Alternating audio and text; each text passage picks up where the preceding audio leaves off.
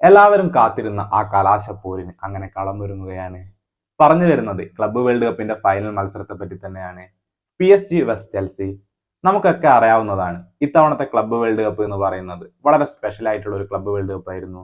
മുമ്പൊക്കെ ഓരോ വൻകരയിൽ നിന്ന് ഒരു ടീമിനെ മാത്രം പങ്കെടുപ്പിച്ച് നടത്തിയിരുന്ന ഒരു ടൂർണമെന്റിനെ ഫിഫ വിപുലീകരിച്ച് വലിയൊരു രീതിയിൽ കൂടുതൽ ആളുകളെ ശ്രദ്ധ കിട്ടുന്ന രീതിയിലൊക്കെ നടത്തുന്നു. അതുകൊണ്ട് തന്നെ ഇത്തവണത്തെ ക്ലബ്ബ് വേൾഡ് കപ്പ് കഴിഞ്ഞാൽ ഇനി നടക്കുന്നത് 4 വർഷങ്ങൾ കഴിഞ്ഞിട്ടാണ്.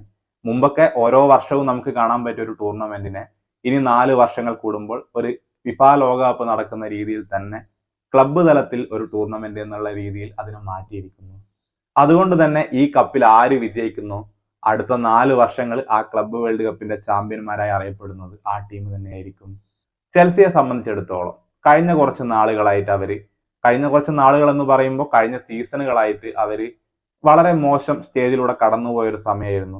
പക്ഷെ ഈ ഒരു അവസാന കുറച്ച് കാലഘട്ടങ്ങൾ എടുത്തു നോക്കുന്ന സമയത്ത് അവരൊരു ട്രാൻസ്ഫോർമേഷൻ സ്റ്റേജിലാണ്. നല്ല രീതിയിൽ പെർഫോം ചെയ്യുന്നു, പുതിയ പല താരങ്ങൾ വരുന്നു.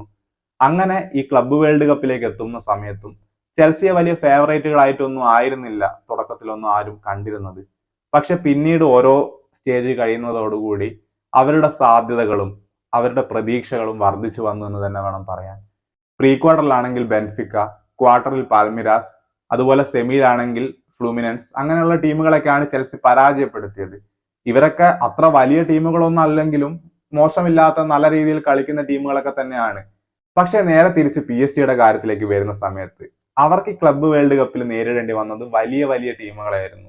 PSG ക്വാർട്ടറിൽ നേരിട്ടതാവട്ടെ ബയേൺ മ്യൂണിക്കിനെ, സെമിയിലാവട്ടെ റയൽ മാഡ്രിഡിനെ. അങ്ങനെ വലിയ വലിയ ടീമുകളെ പരാജയപ്പെടുത്തിയാണ് PSG ഫൈനലിലേക്ക് എത്തുന്നത്. PSG സംബന്ധിച്ചിടത്തോളം അവരുടെ ക്ലബിന്റെ തന്നെ ചരിത്രത്തിൽ ഏറ്റവും നല്ലൊരു സമയത്തിലൂടെയാണ് അവർ കടന്നു പോകുന്നത്. അവർ ലീഗ് 1 വിജയിക്കുന്നു, ചാമ്പ്യൻസ് ലീഗിൽ വിജയിക്കുന്നു. ഇനി ക്ലബ്ബ് ലോകകപ്പിൽ കൂടി ജയിച്ചു കഴിഞ്ഞാൽ ഒരു സമ്പൂർണ്ണ വിജയം സ്വന്തമാക്കിയ ഒരു സീസൺ എന്ന് അവർക്ക് അവകാശപ്പെടാവുന്ന ഒരു സീസൺ ആയിട്ട് ഇത് മാറും. ചെൽസിക്കാവട്ടെ അവരുടെ ഒരു തിരിച്ചുവരവിന്റെ പാതയിൽ ഈ ക്ലബ്ബ് വേൾഡ് കപ്പ് കൂടി നേടാൻ സാധിച്ചാൽ അതൊരു വലിയ ഊർജ്ജമായിരിക്കും വരുന്ന സീസണിലൊക്കെ ആ താരങ്ങൾക്ക് ലഭിക്കാൻ പോകുന്നത്. ഇന്ന് ജൂലൈ 13 രാത്രി ഇന്ത്യൻ സമയം 12:30 ഈ മത്സരം നടക്കുന്നത്. ഈ മത്സരം എങ്ങനെ കാണാമെന്ന സംശയമൊക്കെ ചില ആളുകൾക്ക് ഉണ്ടാവും. ഈ മത്സരം ഗ്ലോബലി ടെലികാസ്റ്റ് ചെയ്യാനുള്ള റൈറ്റ് ലഭിച്ചിട്ടുള്ളത് DAZN നെറ്റ്വർക്കിനാണ്. അപ്പൊ അവരുടെ അപ്ലിക്കേഷൻ ഉപയോഗിച്ചോ അല്ലെങ്കിൽ വെബ്സൈറ്റ് വഴിയൊക്കെ നമുക്ക് ഈ മത്സരം കാണാൻ സാധിക്കും. ഇതല്ലാതെ ഈ മത്സരം കാണാനുള്ള മറ്റു മാർഗങ്ങളൊക്കെ അറിയുന്നതിന് വേണ്ടി താഴെ കൊടുത്തിട്ടുള്ള നമ്മുടെ ടെലഗ്രാം ഗ്രൂപ്പിൽ ഒന്ന് മറക്കാതെ ജോയിൻ ചെയ്യൂ. അപ്പൊ ഇത്രയും കാര്യങ്ങളാണ് ഈ മത്സരത്തെ പറ്റി പറയാനുള്ളത്. കൂടുതലായൊന്നും പറയുന്നില്ല. ഇനി ബാക്കി കാര്യങ്ങളൊക്കെ ഗ്രൗണ്ടിൽ എന്ത് നടക്കുന്നത് നമുക്ക് നോക്കിക്കാണാം. എന്തായാലും വളരെ വാശിയേറിയ ഒരു മത്സരം തന്നെ നമുക്ക് പ്രതീക്ഷിക്കാം. യൂറോപ്പിലെ ഏറ്റവും വലിയ 2 ഫുട്ബോൾ ശക്തികൾ നേർക്ക് നേർ വരികയാണ്. അപ്പൊ അങ്ങനെ ഒരു മത്സരം നടക്കുന്ന സമയത്ത് അതൊരു തീപ്പാറുന്ന പോരാട്ടമായിരിക്കും എന്നുള്ള കാര്യം ഫുട്ബോൾ ആരാധകർക്ക് മുഴുവൻ ഉറപ്പാണ്. ഈ മത്സരത്തിൽ ചെൽസി ജയിക്കുമോ അതോ PSG ജയിക്കുമോ എന്നുള്ള നിങ്ങളുടെ അഭിപ്രായങ്ങളൊക്കെ താഴെ കമന്റ് ബോക്സിൽ രേഖപ്പെടുത്തുക. ഇതുപോലുള്ള കൂടുതൽ ഫുട്ബോൾ വാർത്തകൾക്ക് വേണ്ടി നമ്മുടെ ചാനൽ ഒന്ന് മറക്കാതെ സബ്സ്ക്രൈബ് ചെയ്യുക.